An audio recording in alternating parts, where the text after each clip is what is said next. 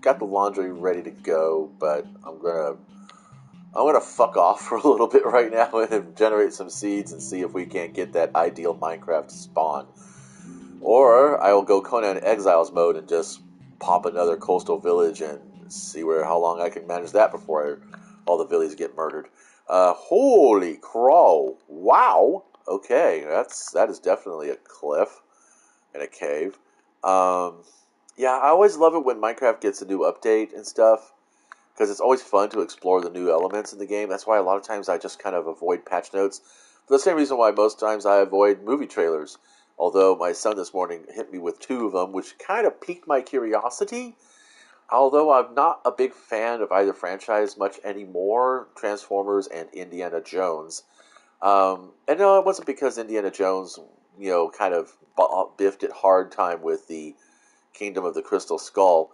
Mainly because I just kind of grew out of it. And I think that's really what comes down to is that a lot of these fandoms, I just kind of grew out of it. Now, I'm still a big Transformers, I'm still a substantial Transformers fan. And I say I'm a fan because I'm a fan of the aesthetics. I don't really have a deep base knowledge of the characters. I know who the core cast is. I have some familiarity with some of the voice actors from the OG and current series, and I know some of the storylines. And honestly, it's mostly the OG stuff I know because I played it. I watched the episodes and bought the toys. I think I actually spawned this biome once before. Are we on a cookie cutter rotation here? Well, you know what? I'm going to keep this one. We'll keep this one. We'll see what happens with it. Lush caves are always fun. Actually, let's see. If I go to a create new world and I go to a seed selection, I think that's actually the seed for the lush cave. So a lot of the contemporary stuff I know mostly through my son, who's a humongously big fan. If I was going to rate all the Transformer fans that I know, this is a lush cave biome, but I spawned on the surface, which means the lush cave should be down here somewhere. Yep, there it is. And this will be the same lush cave spawn for everybody, believe it or not.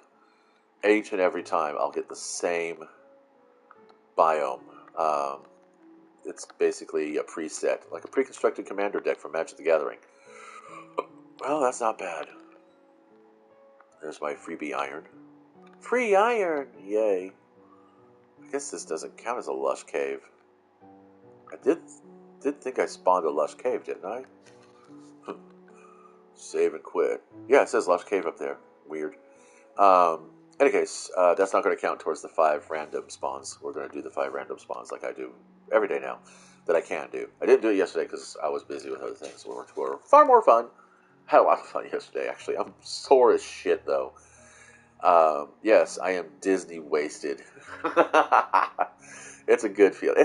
It's a good kind of feeling. It's not like getting hungover or anything, but my body is sore pretty much from the waist down. My legs are all just blown out. I think I bruised my heel bone a couple of months ago doing some hard hiking.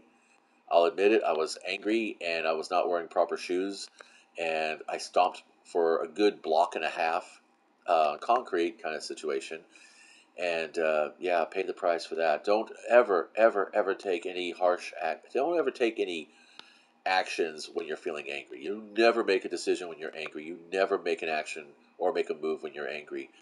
Always give yourself that time to have a clear brain. Um, Context the anger, the source of it thereof. Ooh, opportunity iron, and everything like that. But always take a moment before you act out in passion, because it can create some situations you don't want to have to deal with. Oh, this was a flopper. So what was I talking about? Oh yeah, the two Transformers, the Transformer and the Indiana Jones stories, and why I'm not such a fan. But anyway, I still am a fan of both franchises. I have an interest in them, but I'm not to the point where I'm going to be creating shrines in my entire bedroom to their intellectual properties.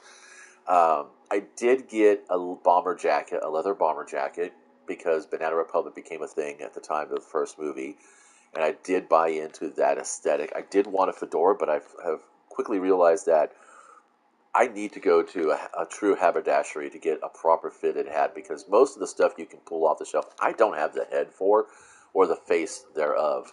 Um, So yeah, I can get away with a baseball cap and not look too much like, uh, well, just to be blunt, not too look too much like trucker trash. Dude, seriously? I thought I already left this place. Ah.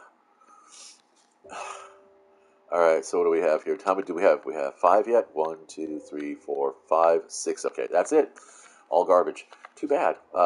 Here comes the seed numbers if you want to try them, though. So, anyway, yeah, so just like in Gundam, I'm a Gunpla fan and not necessarily a Gundam fan. I like to build the robots, and I do get into some of the lore sometimes when I do customizations, just because it's good to know the source material before you go and adding to it, because you don't want to like um, you want to kind of keep it somewhere in the flavor of what you're doing. But then again, I've had this idea to take an RX-78 and really push the limits of its design with some artistic interpretations.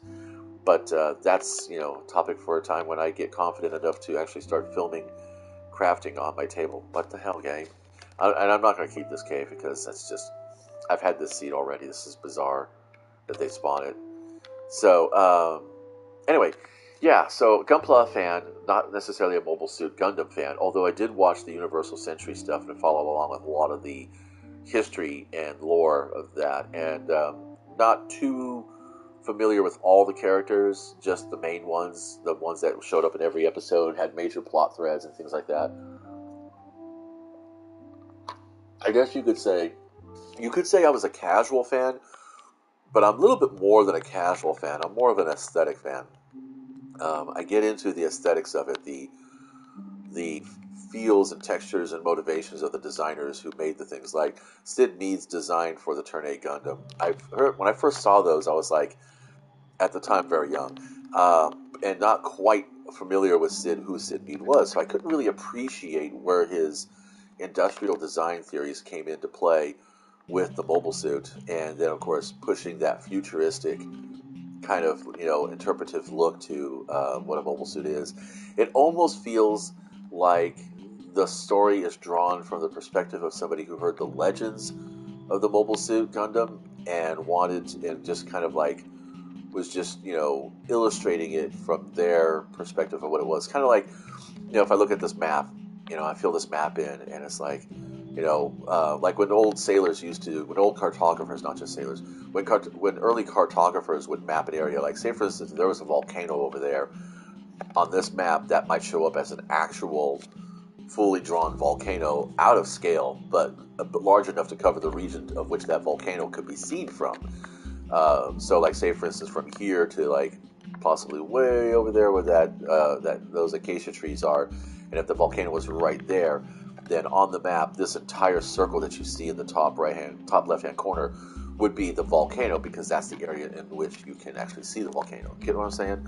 So I've always thought that Turn 8 Gundam was kind of that kind of perspective, that it was this fantasized, romanticized, hyper realistic, hyper reality, not hyper realistic, but hyper reality, like a musical. Nobody breaks out into song in the middle of the street for no good reason. There's a swell of an emotion, or there's an impactful plot point that happens, and so that's what I've always thought it was. And like I said, as I got more and more educated about storytelling and interpretations and history and how it turns into legends and things like that, um, that's when I started to appreciate, what I would call at the time oddball designs like the Turn 8 Gundam. And as a sense, I've been becoming such a fan of the aesthetic of the Turn 8 Gundam that I'm going to get myself a kit, but I'm just waiting for that one kit to come out. I know that sounds wacky. But yeah, that's what I'm doing. So, you know what? Let's go ahead and see if we can trip the trap. I'm going to put on bonus chests. I'm going to put on show coordinates. And I'm going to go ahead and suggest. Let's see if the algorithm picks me up. I'm going to build that. It's the same coastal village you're going to get every single time, believe it or not. I don't know about further away from the village, the map itself, but from what I've experienced thus far, it is pretty much the same. But anyway, so yeah, I don't know where I was going with the whole thing. I think I was just chatting. There we go. Okay. Oh, there's my coastal village. And I think, I can't be certain, but I think that's another portal in the background there. And then there's a coastal village. And there's another nether portal. Now, that is slightly different. This one offers nether portals nearby, but there weren't any in the last one I did. That's bizarre. But you do get two villages nearby, and that was the one that I had built on originally. I tore down all those peripheral buildings and built the barracks there. Let's go check it out. Because if I head out that way a little bit, I'll find a pine forest. Actually, this is ridiculous. Well, no, that's not. Let's go ahead and keep it going here.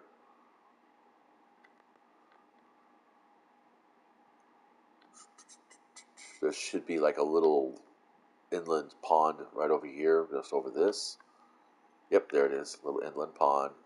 It's overhang here. This is where I had my spruce farm.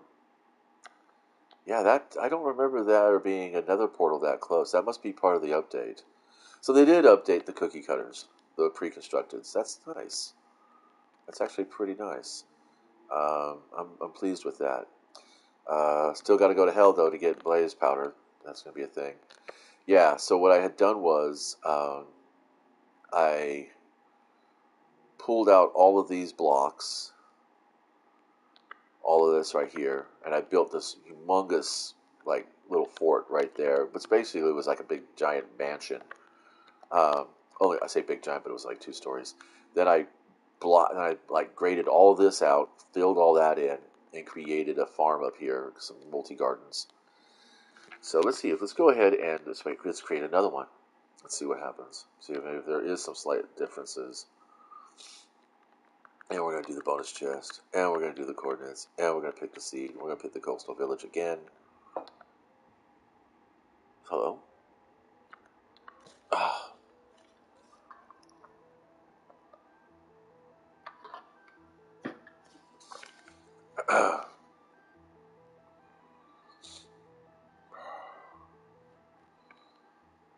Here we go with the pre-con. Yep, there it is. Same. Okay, so that must be new because that wasn't here the last time around. Yep, there it is. Yeah. Yep. Yep. Is the bonus chest the same? That's a little different. But anyway, that's all there is to that. So yeah, I don't know. I mean, I might see the Indiana Jones ones because I heard a lot of trash talk about the Crystal Skull, and it was a bit wacky.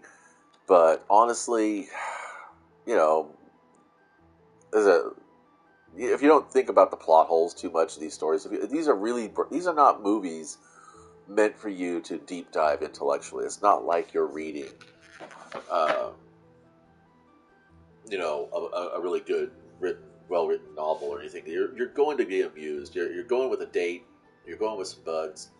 You're going to have popcorn, hot dogs, and nachos and sodas. You're going to be, farting off in the movie, and then there'll be some fuck yeah moments. There'll be some oh shit moments. There'll be like a what the fuck moment. Then you're gonna shut that off and just keep on watching. So I don't know. We'll see what happens.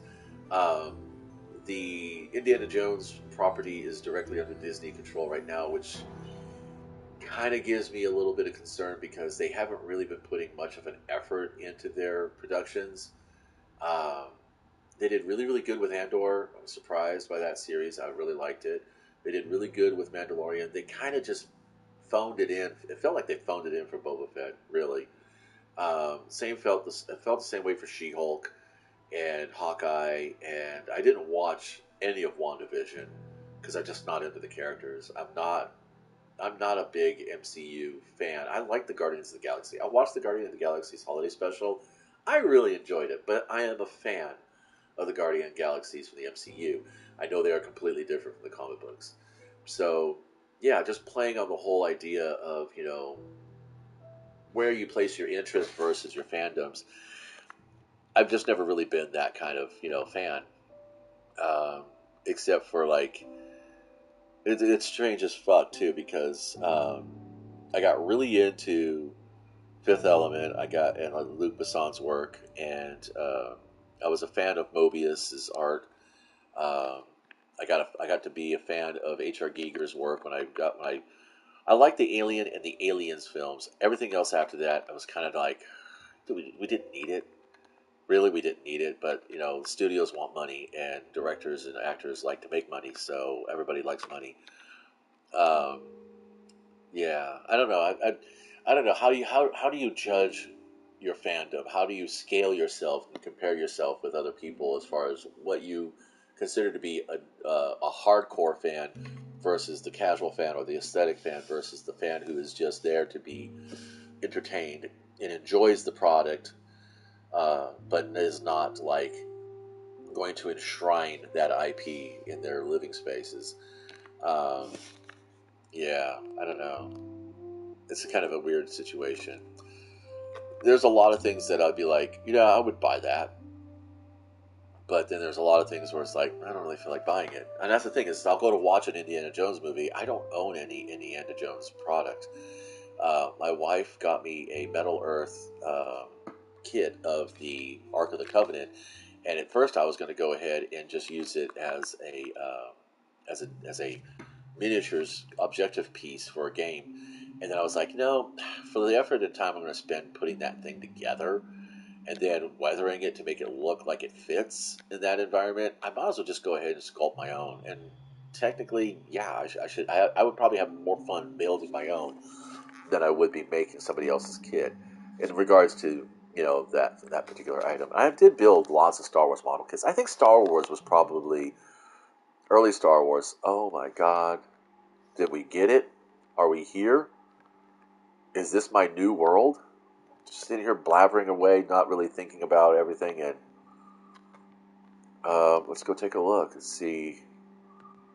That's a coastal village, and we're near a shit ton of sand, which is good.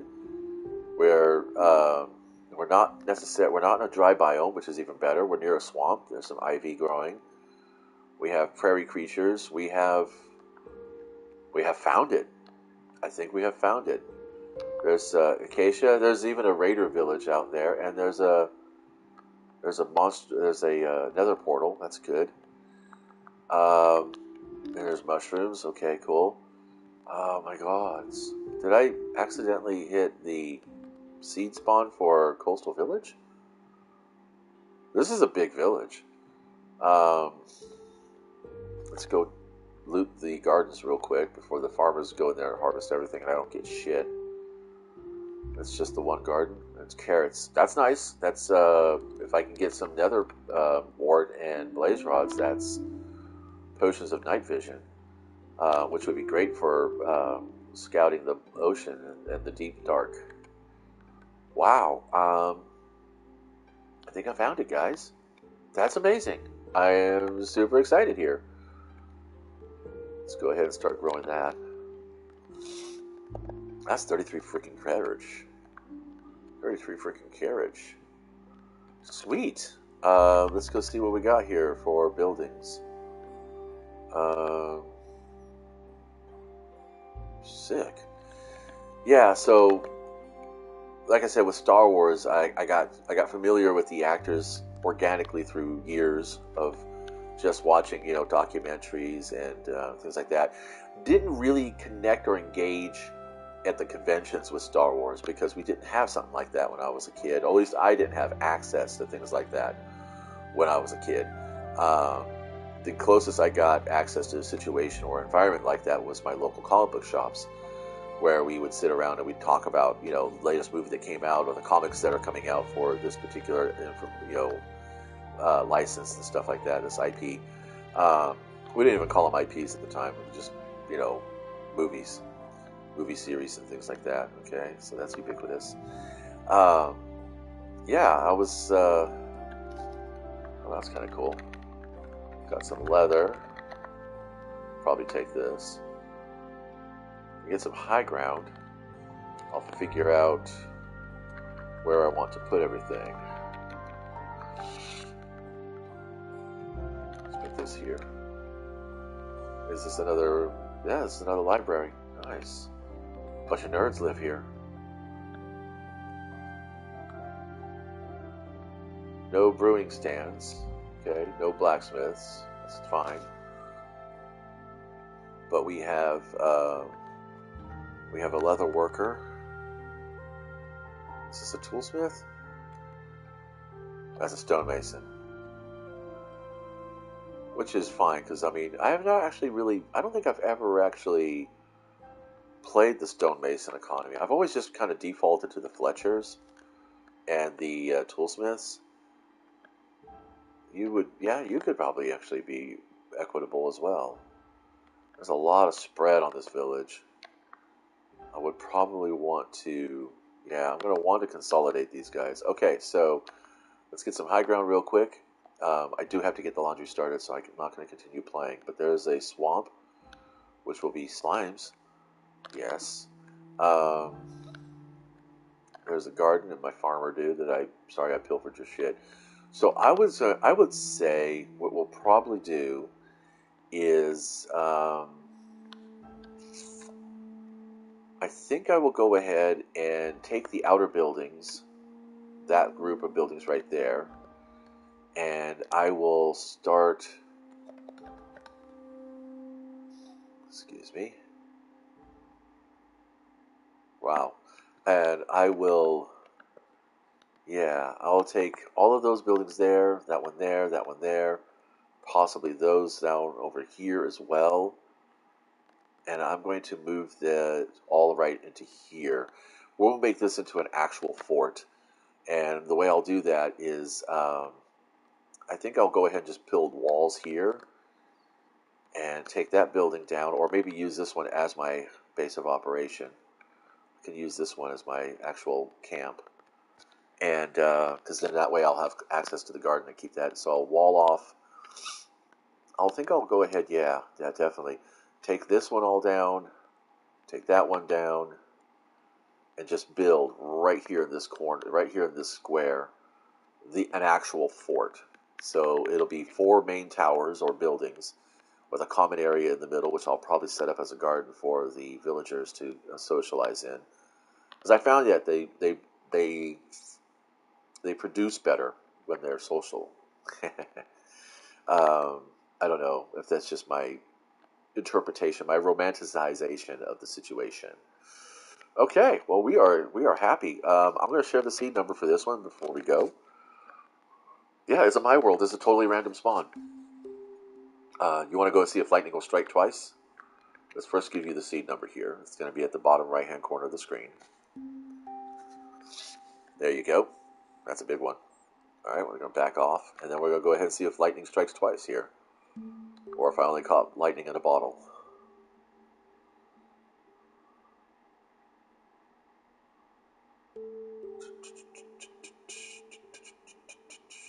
Just like Minecraft. There was about a 2-year period where I became a real big consumer of Minecraft. I got the toys, I got the Legos, I picked up, I read some of the books. My daughter got really into it. Both my daughters got into it. But my youngest really dove in.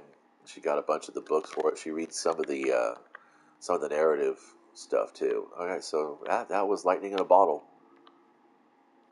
This is still a good seed. It's a dry biome in acacia wood, which is kind of okay. I like acacia wood because it makes nice cage-looking like doors, which when I'm out scouting and hunting, it's a good thing to have. So, I don't know, maybe I'll do the walls like that too. So we're going to save this world, and then you guys can have this seed, and then I'm going to bail out for a while and take care of some chores. There's that seed number there. Anyway, so super excited. This is going to be great. Hopefully when I get back, I'll have the energy to go ahead and do the things I want to do. It's going to take a lot of farming. We'll see if we can get that village to a thriving fortress city.